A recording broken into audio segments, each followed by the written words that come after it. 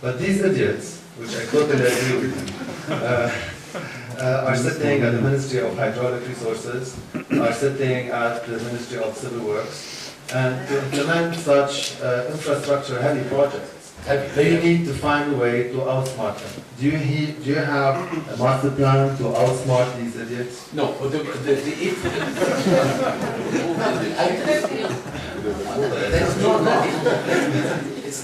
we do not want to outsmart. We do not want to outsmart. We want to talk sense and integrity. We want to outsmart nobody. There is a plan which is to write a white book for the water project, and we're gonna put all the influence in the direction of making this plan clear to all Lebanese. And one of the measurable objectives of the organization of the Civic Influence Hub, when it will happen, would be to make to have a law that will ask for the creation of a partnership between government and public and citizen, and ask for the creation of an independent entity to start taking the project of the water, which will be treated like a business. It's not going to be treated like an NGO. It's a real business with real benefits that will go down to the people. We have in mind, as a matter of fact, to ask people to give people the stock options, citizens. Then they will have really a beef in their hand, because this can get them returned in 5-6 years' time. And this is a good way to let Lebanese start participating. And by the way, we will be able then to start moving the deposits that are in banks. We have our friend Ramzi Abu Azzeddin here. He can tell us a lot about it. The banks in Lebanon are loaded with money, and nobody knows what to do with them. They don't know what to do with them. They either take them to Madok and they lose it, they take them. Whereby we have here in it what we need to spend the money intelligently. These stock options that will be generated from this PPP, private-public partnership. On which platform are they going to be traded? Is it going to be the Beirut Stock Exchange, or is it going to be another platform where we can trade these stocks? The solution to that is, first of all, we cannot finance the project of the water. We might, but not all of it. So the solution will be that if it's a private-public venture, we're going to talk to the World Bank, we're going to talk to the European nation. No, we're going to receive help from all over. We're talking about water, help will rain on you. Because everybody wants to come to invest into viable, sustainable projects. And then if you have foreigners that are coming in to put, to invest, you're going to have an institution that will supervise the whole thing. It's not going to be our Minister of Finance, definitely not. It's going to be supervised by an international organization who will put what it needs to have control. We'll have to be a regulated market. Yeah, of could you please clarify for us the governance structure of your initiative? Is it going to be governed by committees? What is the law? Board of directors. I'm making short because board of directors. There will be a board of directors who will represent the interests of everybody. In the board, you will have the government, eventually the parties, I don't know. And then the other side, you're going to have business people and you're going to have citizens. They will be represented. But as it happens in all civilized countries, we will not allow cartels to happen. I.e., everyone can have a maximum share of 5% in the cake eventually. So we'll see how it works. So that you don't have one mobile company who has grown so big that he can buy the country. Because we are all very easy to be tempted to start buying the country. You have mentioned earlier that you are raising $1.5 million as seed money. Seed money for this project. Do you have a private placement memorandum, like George just mentioned? How can we get this document, and how can we continue? Yes, definitely. But first thing first. We are recruiting now the founding members. So this is a call today, Joe, I hear you loud and clear, to join. There are strict conditions to join. No personal leadership. No politics. Only integrity, willingness to do something for the country. So that's what we want to do. We are inviting every achiever who has done that to come and join. Everyone who is willing is coming to join is welcome. That's really. So we'll send you an invitation, official one. Now, I'm sorry, what's it? This is to start. So we're gonna go like that, and we have 150 members.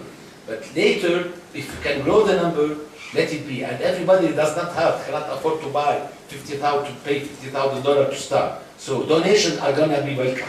When we have our site, we are gonna ask for donation. We're gonna see, but we need to prove ourselves first. We're not gonna ask for donation if we are incapable of delivering.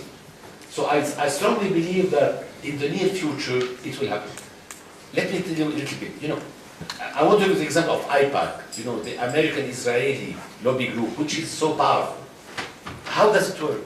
It's donations. People are winning, and it works, and it controls the whole United States. We don't have an IPAC. We have parties, and we have radios and TV stations that are praising the leader and the chief. We don't have anything that is decent, that represent the society of Lebanon. Lebanon is still alive because you all, our economical society, is putting it on its legs. They are investing the money, they are paying. And what they do, then they go and say, please don't kill me, syndrome of Stockholm. Wake up! Okay. Not you, but... Let me just cut in there, please, Farid. Thank you very much for having me. I'm the non-Lebanese on the panel, and so in the sense of solidarity, I may ask anybody who is non-Lebanese in the room to raise their hands, please. Okay, we have a few of us. Very good. So we are all committed to understand. Sorry? What should I ask? Dual nationalities. Oh, okay. I will not ask for dual nationalities and multiple residencies, definitely not. My question is, when I come to Lebanon, and I did so 15 years ago, every time I take a taxi, they ask me, why are you here? And I said, bad politicians, nice people. I have not had one person disagree with me in a taxi for the last 15 years. That's the Lebanese are basically nice people. So I want to challenge you, Farid, on one point. You said the Lebanese only will work if they have that money dangling in front of them. At the same time, I see 100 Lebanese here who may not just work because the money is dangling in front of them. So I think we have to accept also the fact that the Lebanese can be very dedicated to a cause. And they are not just people who need to run after money. I mean, sorry, I think you should give yourself a hand. I understood you correctly. And as we have discussed before, actually, you are presenting a roadmap rather than a book. Yes.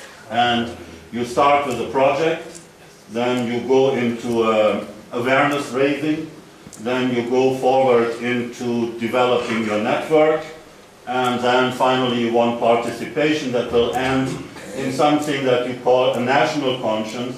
And if I quoted this correctly from page 99 of your book, where you said something that has been stolen from us, and finally create our national conscience.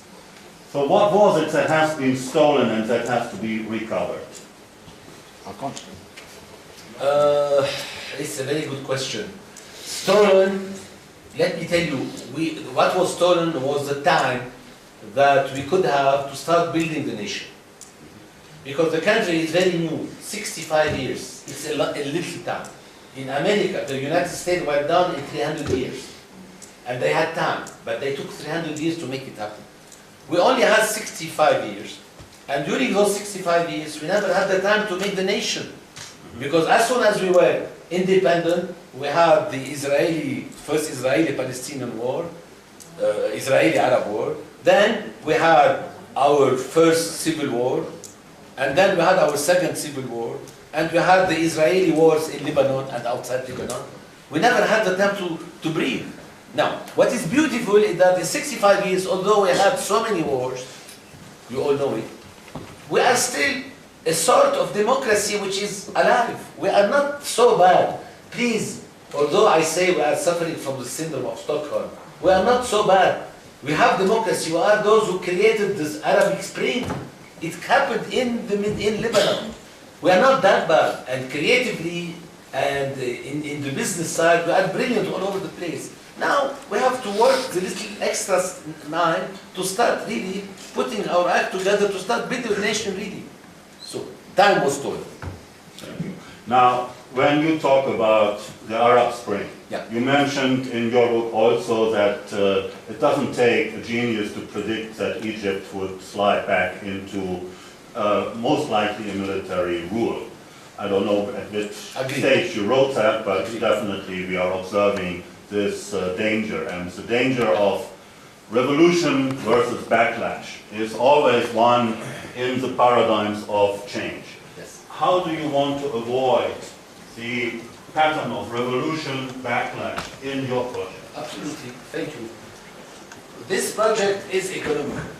When you look at Egyptian revolution, they didn't have an economical project. They made a Facebook revolution, but not knowing what they want. They wanted only one goal, which was to take Mubarak out. And everyone has got its secret agenda for the revolution. Integrity. Here, what we are aiming at is to prepare everybody to one economic revolution, period, where everybody wins. To your point about the values, of course, a lot of us have got values, of course. But unfortunately, everyone, his value is not equal to the second one. And don't forget, we have 16 religions in the Lebanon. So when I talk dollar, it's not because I'm worshipping the dollar, but it is the only language everybody understands, period. Well, I think it's a very good clarification. Also, I can fully agree that if my first experience working with Japanese, something like 30 to your years point, ago, if the initial thing was woman emancipation, if it was, I think that I would have started with this one. Because I believe that a country that despises women and give them a secondary role or beats them is not a country that's worth, being part of. so will a lady be the chairperson of the influencers group? We have a very good example today here. So you see, if I would say the woman equalization, but we cannot, because you know that will happen in Istanbul.